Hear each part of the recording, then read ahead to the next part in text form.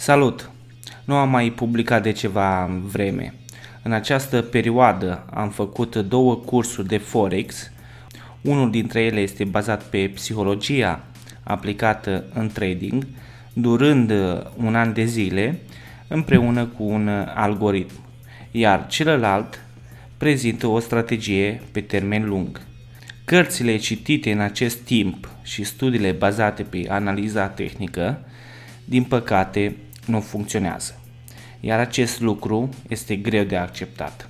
Dacă cineva consideră că analiza tehnică funcționează, poate să-mi arate rezultate reale și îi voi arăta că aceste rezultate nu funcționează pe termen lung. Astăzi e începutul a ceea ce voi publica pe acest canal. Părerea mea e că îți va schimba total percepția despre ce ai văzut și auzit în legătură cu această lume. Strategia e o mică parte, nu o să obosesc spunând asta și o voi repeta de fiecare dată. Tradingul este 90% psihologie. Dacă 90% este psihologie, înseamnă că 90% dintre energii trebuie să lucreze doar la psihologie. Majoritatea persoanelor își consumă 90% din energii căutând strategii, indicatoare și așa mai departe. Doar 10% dintre aceste energii le dedică psihologiei. Iar când te uiți la brokeri, nu-i de mirare că 80% dintre clienți pierd. Dacă nu ai o psihologie de fier, orice strategie e inutilă. După cum vezi în această imagine, uitându-te pe grafice, nu vei observa un grafic cu această secvență. Roșu, verde, roșu, verde, roșu, verde. În acest caz poți folosi ce culoare vrei tu. Probabil se mai întâmplă să fie această secvență, dar nu în acest mod, deoarece nu ar fi existat un trend. Care este conceptul de bază unde poți spune că este un trend? Trendul este dispus în grupuri de culori, lumânări ca în această imagine.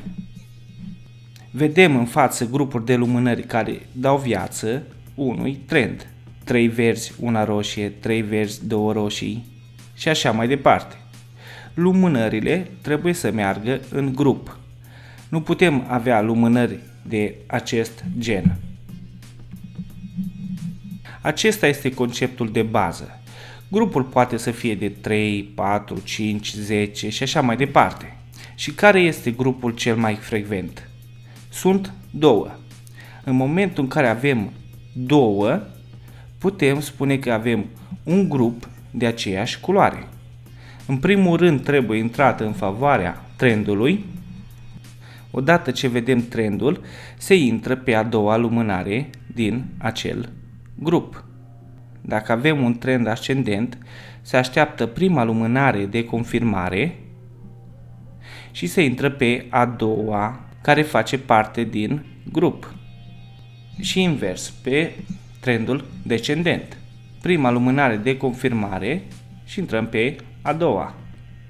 Aici, din nou, prima lumânare de confirmare, intrăm pe a doua. Îți arăt și exemplu pe grafic. După cum vezi, pe grafic apare un continuu. Este un concept de probabilitate.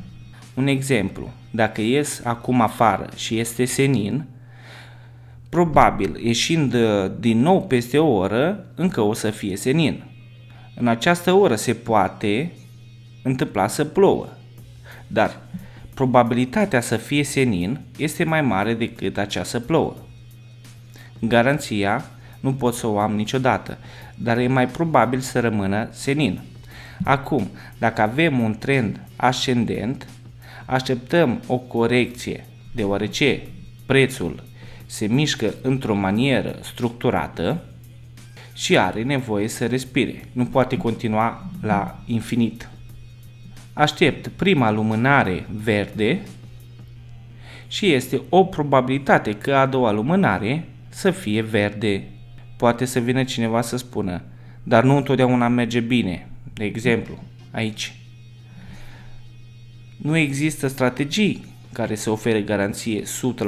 E normal, sunt dăți când nu funcționează, dar îți oferă avantajul ca majoritatea lor să meargă bine. Pe o scară mare a numerelor, 70% merg corect.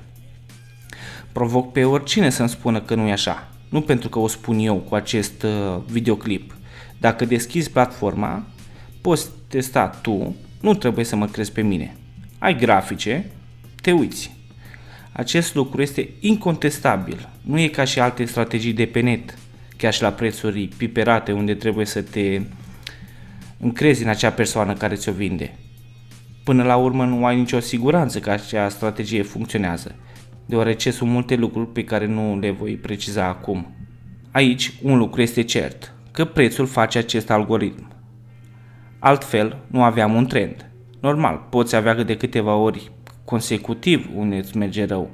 În cazul în care ești nervos, stresat, alegi greșit sau când ai un drawdown de 3-4, iar atunci nu mai înțelegi nimic. În acea situație intervine psihologia despre care vorbeam la început. Pe grafic există algoritmul, nimeni nu poate nega acest lucru. Trebuie să urmărești prețul, simplu.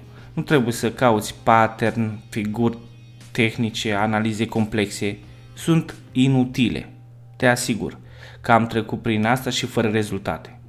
Nu mi-asum nicio responsabilitate de utilizarea acestui algoritm, deoarece implică o psihologie de fier care contează mai mult de ceea ce am explicat până acum. Cam atât pentru acest videoclip. Dacă nu înțelegi psihologia aplicată în trading, următoarele videoclipuri vor avea la bază această temă. Dacă ai vreo nelămurire, poți lăsa un comentariu.